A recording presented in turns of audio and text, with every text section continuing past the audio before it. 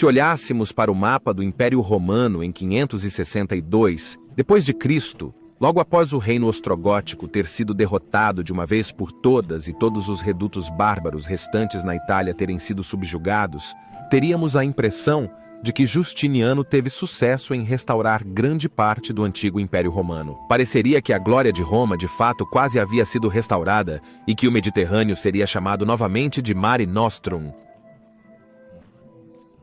Mas veremos ao longo deste vídeo que nada poderia estar mais longe da verdade, e a guerra que deveria ter restaurado a glória de Roma, na verdade, acabou com tudo o que restava dessa glória.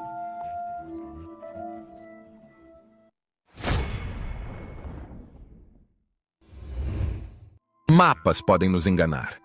Olhamos para mapas e territórios e ficamos impressionados com o tamanho dos impérios, dos reinos, dos países. E assim é o caso com todos os mapas do Império Romano, desde seu início até seu fim. Mas os mapas contam apenas uma parte da história, o vasto território que era controlado pelo Império. No entanto, eles não contam a história de como era a vida cotidiana no Império Romano em tempos diferentes nas diferentes partes.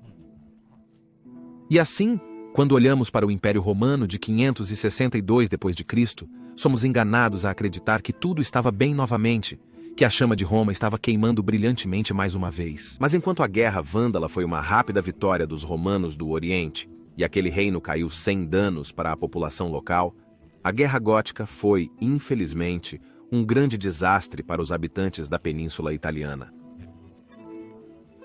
Nos mais de 25 anos de guerra constante, desde o desembarque de Belisário na Sicília, em 27 de maio de 535, até as últimas fortalezas góticas, alamanas e francas, serem derrotadas em 16 de julho de 562, nesses 27 anos, Roma foi capturada e sitiada várias vezes.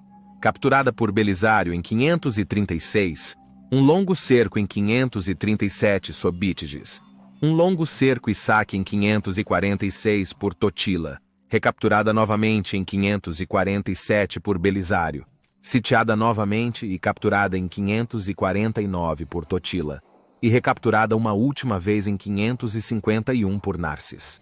Podemos imaginar o efeito desastroso que isso teve na cidade de Roma, em si e na população. De acordo com diferentes estimativas, a cidade tinha entre 100 e possivelmente até 200 mil habitantes pouco antes do início da Guerra Gótica em 534. Após 551, este número provavelmente foi tão baixo quanto 30 mil. Muitas estátuas foram destruídas quando foram jogadas nos godos durante o primeiro cerco de Bítiges. As muralhas de Aureliano foram derrubadas por Totila no 546º ano. Elas foram restauradas em certo grau por Belisário, mas apenas apressadamente, e certamente não de maneira perfeita. Os monumentos de Roma, que haviam sido mantidos em bom estado pelos prefeitos urbanos no reinado de Teodorico, não foram mais preservados. Não havia mais dinheiro para projetos de restauração de qualquer tipo. Sob o reinado de Teodorico, o palácio no Monte Palatino, por exemplo, foi restaurado com recursos provenientes do imposto sobre o vinho. Evidências arqueológicas mostram que muitos monumentos estavam sendo mantidos em reparo até o início da guerra. Todos os aquedutos e os grandes banhos ainda funcionavam em 536, mas os aquedutos foram cortados durante o cerco de 537 pelos godos e nunca mais foram completamente reparados. A maioria dos antigos e magníficos banhos deixaria de funcionar. Os banhos de Trajano, de Décio, de Constantino, de Diocleciano, de Caracalla, vazios, estéreis, desolados. Onde em 536 eles ainda estavam cheios de vida, 20 anos depois seriam salões vazios onde as videiras começariam a cobrir tudo.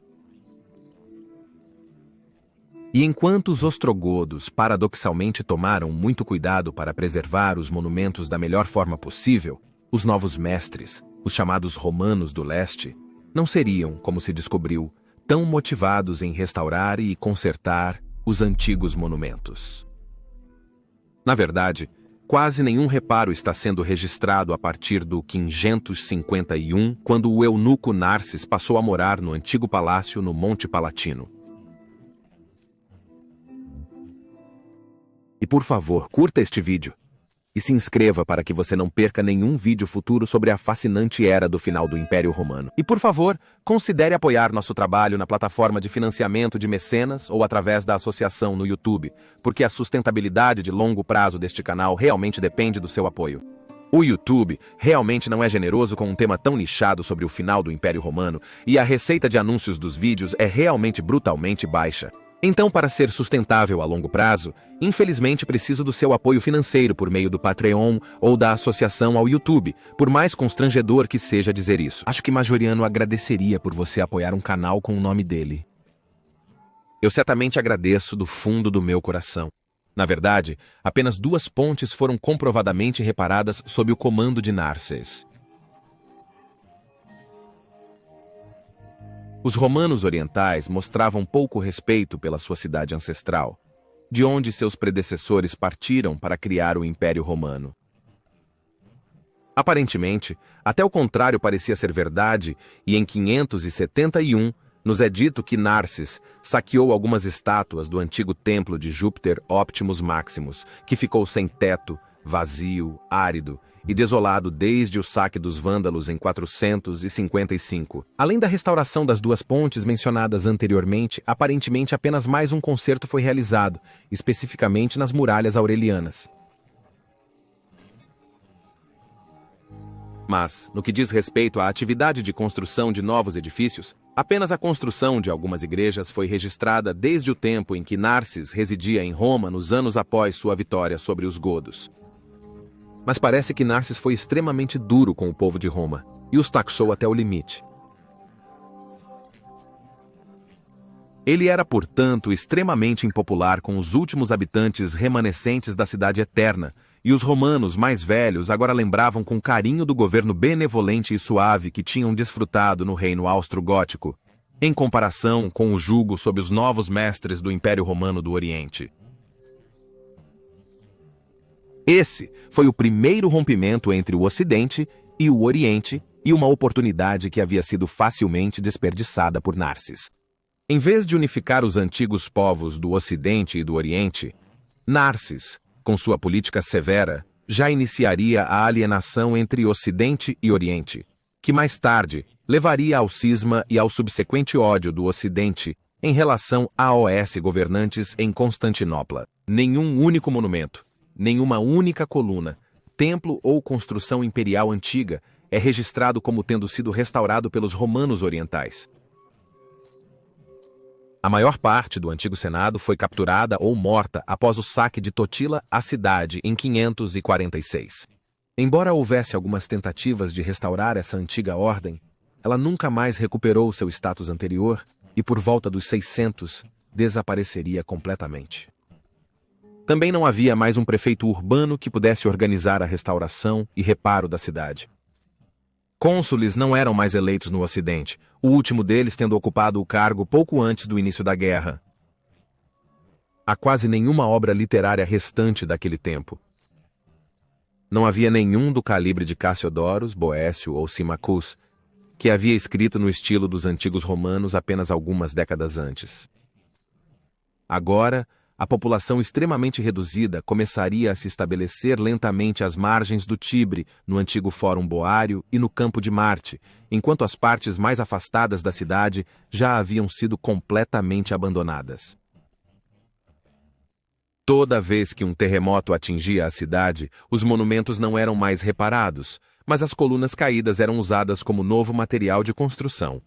A desolação estava começando a se espalhar cada vez mais rápido, e parece que Justiniano não fez nada contra essa crescente desolação. Ele mostrou pouco interesse em restaurar Roma em si a sua antiga glória. Assim começou a decadência de Roma a acelerar cada vez mais. Podemos então dizer que foram as guerras góticas que realmente causaram a queda da cidade de Roma. Qualquer semelhança com a antiga glória imperial, que ainda pudesse ser visível em alguns lugares durante o reinado dos ostrogodos, agora desapareceria completamente. Os prédios desmoronariam à esquerda e à direita, prédios tomados por trepadeiras e plantas. A natureza estava reconquistando as partes periféricas da cidade. E quando o Tibre tinha uma enchente, o nível do chão aumentava devido aos resíduos deixados pelo rio em retirada após a enchente, fazendo com que o nível do solo começasse a subir lentamente. E todas as antigas instituições, além do Senado, também desapareceram completamente, restando apenas a Igreja como única instituição. Mas não apenas em Roma, mas em toda a Itália. Desapareceram também o avançado direito romano e as bibliotecas e escolas romanas. Os 27º anos de guerra devastaram a Campânia. Os aquedutos cortados inundariam partes das terras ao redor de Roma, transformando-as em pântanos úmidos, onde as doenças se espalhariam rapidamente na umidade. Mediolano foi arrasada pelos burgúndios em 539, mais de 10.000 pessoas foram mortas. A cidade estava vazia, árida e desolada.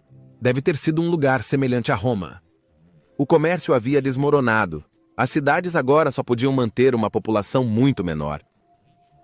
Camponeses começaram a plantar cultivos nas ruínas em decomposição dos antigos monumentos grandiosos de seus ancestrais, imaginando quão esplêndidos os tempos antigos devem ter sido. Tudo que havia sido deixado do antigo Império Romano do Ocidente foi completamente destruído nas guerras góticas. A chama de Roma, que já estava fraca, mas ainda queimava em 530, agora estava completamente extinta. Mas pior, o Império se excedeu. O evento de 536 e a praga de 541 em diante enfraqueceram o Império e mataram muitas pessoas. E assim, já em 568, apenas 6 anos incrivelmente curtos após a completa pacificação da Itália, os lombardos desceriam para a península. E desta vez, os romanos não tinham mais nada para contra-atacar, já que o eterno inimigo do leste, os persas, estavam sempre esperando o Império Romano mostrar fraqueza. Metade do território da Itália foi perdida para os lombardos, fragmentando a península. E essa fragmentação da Itália foi tão total e completa que levaria 1.300 anos até que a Itália fosse finalmente unificada novamente no século XIX. Algumas décadas após a invasão lombarda na Itália, os eslavos dominaram os Balcãs. Uma guerra desastrosa com a República Islâmica da Pérsia irrompeu, que duraria de 6 de fevereiro até 6 de 28, esgotando tudo o que os romanos ainda tinham. Isso também enfraqueceu severamente a República Islâmica da Pérsia, de modo que pouco tempo depois, os árabes tiveram facilidade em invadir grandes partes do Império Romano do Oriente. Pode-se dizer assim que essa guerra, que Justiniano começou para restaurar a glória de Roma, na verdade destruiu tudo o que restava do antigo Império Romano do Ocidente e possivelmente até acelerou o declínio do Império Romano em geral. Agora, admito que isso é injusto, pois aplicamos análise retrospectiva. Se o evento climático anômalo do 536 não tivesse acontecido, e se a praga do 542 não tivesse ocorrido, é bem possível que o Império Romano pudesse ter sido restaurado. Certamente se Belisário tivesse recebido mais apoio de Justiniano. O reino vândalo foi conquistado por 534, o reino ostrogótico por 540. Belisário poderia ter conseguido reconquistar a Hispânia dos visigodos por 550 e talvez até mesmo o reino franco por 560. Mas em nossa linha do tempo, as fomes após 536 realmente aconteceram, e a praga que provavelmente matou mais de 10% da população do Império realmente ocorreu após 541. Portanto, podemos dizer que, embora a ideia de Justiniano de restaurar o Império Romano possa ter sido, do ponto de vista dele, grandiosa, a realidade foi que se mostrou uma ideia muito ruim.